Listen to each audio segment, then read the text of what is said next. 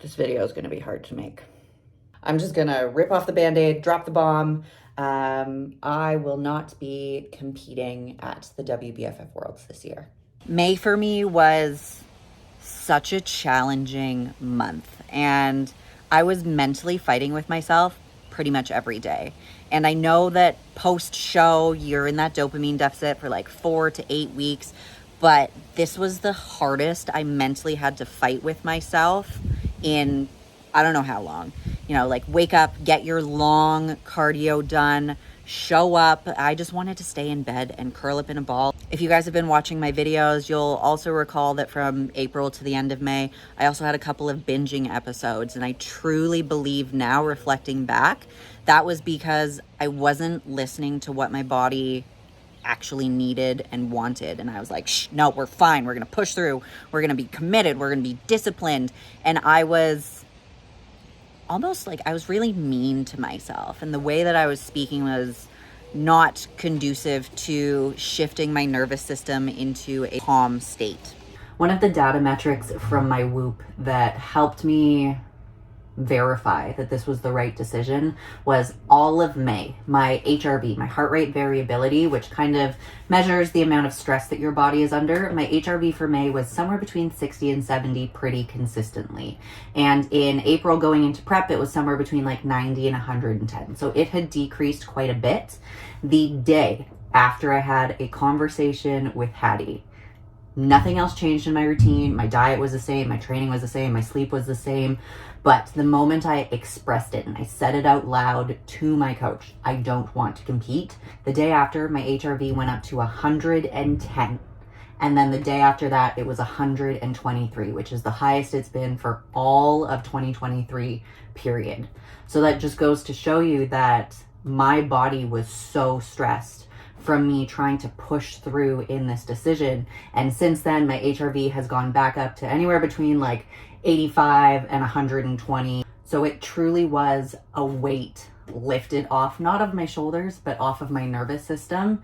And I feel so much better in my day-to-day now. Through the entire month of May, there was this whisper in the back of my head being like, do you really want to do this? Are you sure? And I was like, shh, we already committed to the goal. We paid. It's fine. We're following through. Whether we want to or not, we're going to do this. And it's really interesting reflecting back now on that voice, because there's a meditation coach that I work with.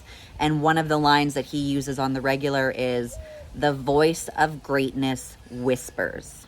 And that whisper was there saying, this isn't the right thing for you. This is not what you should be doing right now. But for a month, I chose to ignore it. It was just a random weekday night. I was sitting on my couch and I was completely disassociated. I had no idea what was going on in the TV. I was scrolling mindlessly through my phone, not even remembering what I had seen, because I was in this fight or flight mode and I had flown. I had mentally checked out. But then I listened to that whisper. Like, I actually heard what my body was telling me, and it was, you don't want to do this. So I immediately grabbed some sticky notes, and these are the sticky notes from that night, and I brain dumped. I brain dumped how I was feeling and what, like, these are two different opinions. So I'll just go through them right now and read what was going on in my mind. And I can say right now, 3.5 weeks after writing these down and having conversations with my coach, with my friends and family that support me, this is the right thing. And I still agree with the majority of what's written on these notes. So the very first thing that I wrote down was compete to win.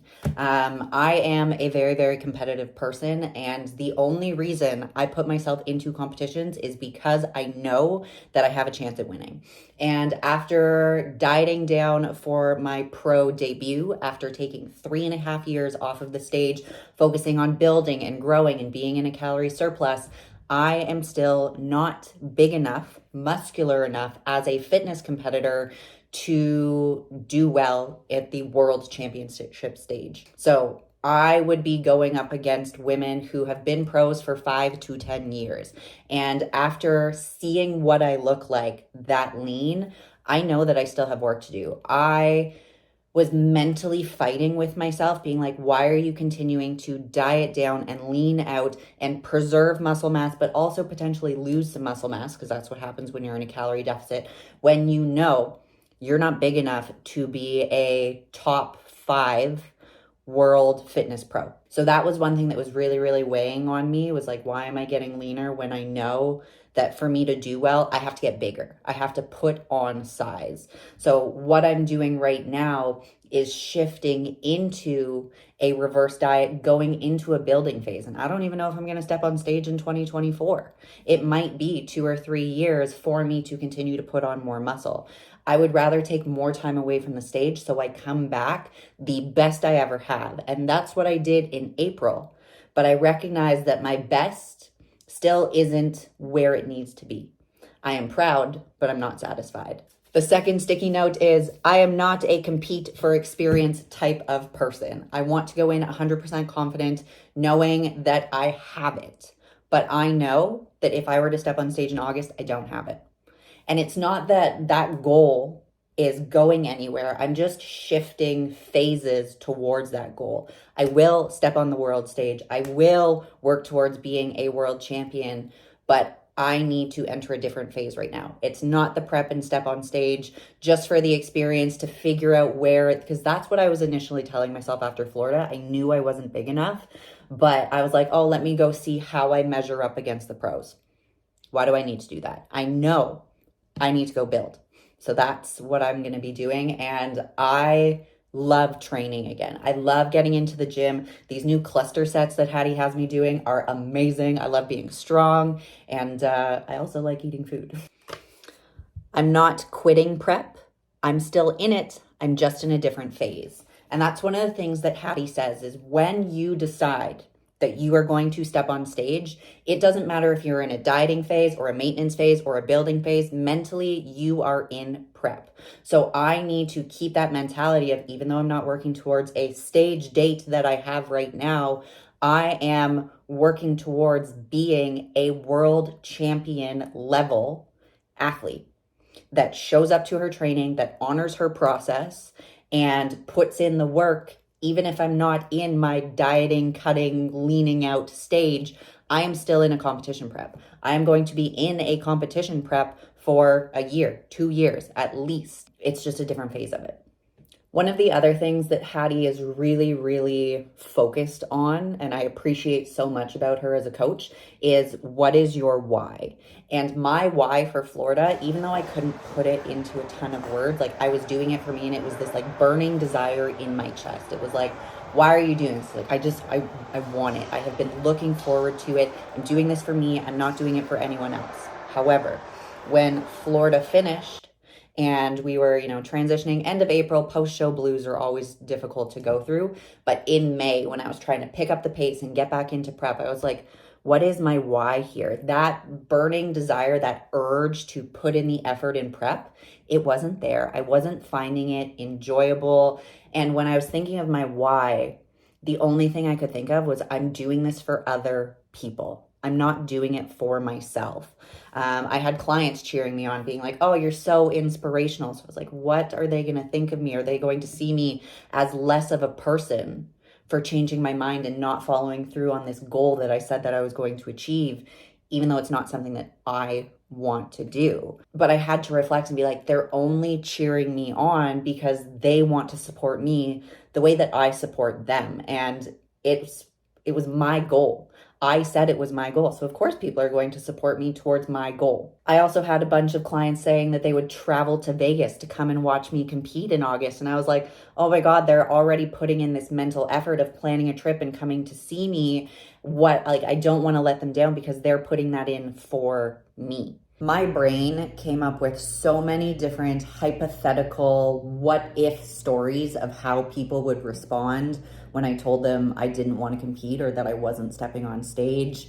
I had all of these stories of I thought Hattie was going to be really disappointed in me and my parents were going to be upset and my clients would think less of me. But over the past 3.5 weeks of me vocalizing this decision, all of those stories were bullshit.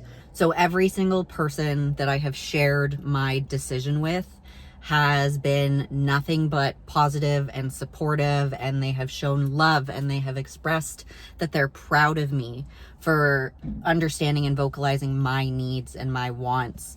And that's the complete opposite of what my brain thought and what my brain has thought essentially my entire life. So I truly think that this is a new chapter in my life where I'm going to start listening to myself more and living the life that I want to live, rather than making decisions based off of what I think other people are going to want me to do for external validation, because those who love me and they want to support me, not Lexie the pro athlete, not Lexie the entrepreneur business owner, not Lexie the coach, just who I am as a human being. And that, it truly means so much. And I'm so grateful for all of the people in my life who support me for me. There's that perfectionist side of me that's the follow through, honor your commitments.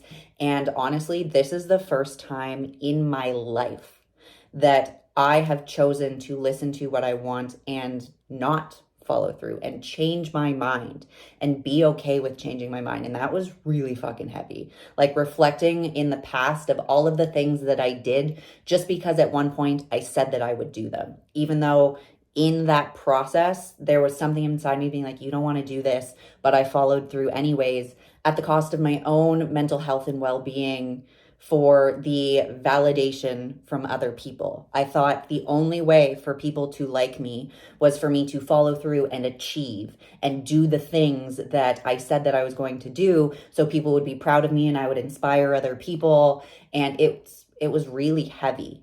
And the fact that this is the first time that I'm saying adults have the capacity to be disappointed. And if this disappoints someone, I'm sorry, but I need to do what's best for me. And I am okay with disappointing other people at this point in my life rather than disappointing myself. Another way that I see it now is I would rather lead by example and show that it's okay to change your mind if what you're doing is making you unhappy.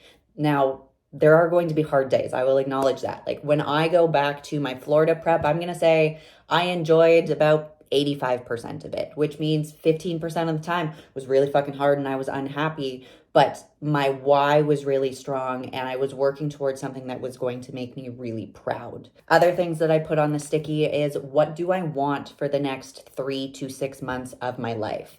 April, May, it felt like I was existing rather than thriving.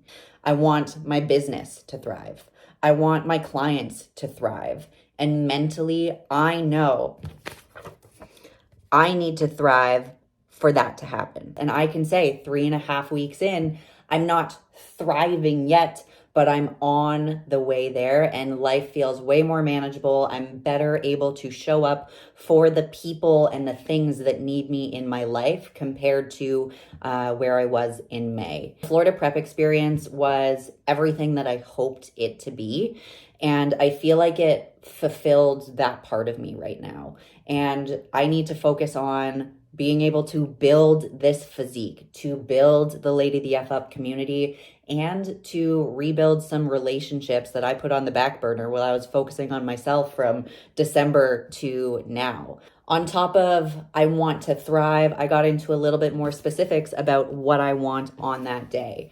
And it really is the balance that we preach at LadyTheFUp. I want to be able to enjoy my summer and have some untracked meals and have a couple of digestion stressing foods where I know it's going to cause some inflammation, but it's not going to be, okay, you only have 12 weeks left. And if you consume something that increases your inflammation, that's going to affect your progress for the next 5 to 7 days. So you can't have it sort of thing. I want to train, 4 to 5 days a week. I don't want to spend hours of my week doing cardio. I'd much rather take my dogs for walks in the forest. I want to live the lifestyle that we teach our Lady the F Up clients to live. I don't want to be a restricted fitness competitor at this point.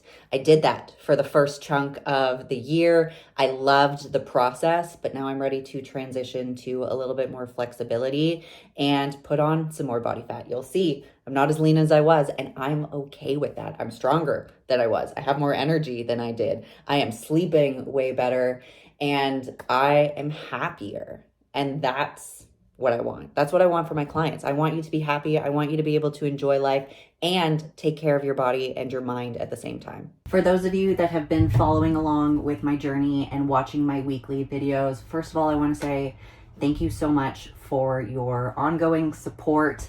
I'm still going to keep up with weekly videos. Some of them might be life of Lexercise, some of them might be more educational, but I really like putting out content for you guys. And just because I'm not stepping on stage in X amount of weeks doesn't mean I'm not living the fitness lifestyle. So next week's video, I'm going to give you a sneak peek of how I deal with traveling to a different province and not necessarily being in my day-to-day routine and still living this lifestyle with a little bit more balance and flexibility compared to when I was in a strict competition prep working towards the stage. But I'll still keep you posted with what's going on and share some insight into my life.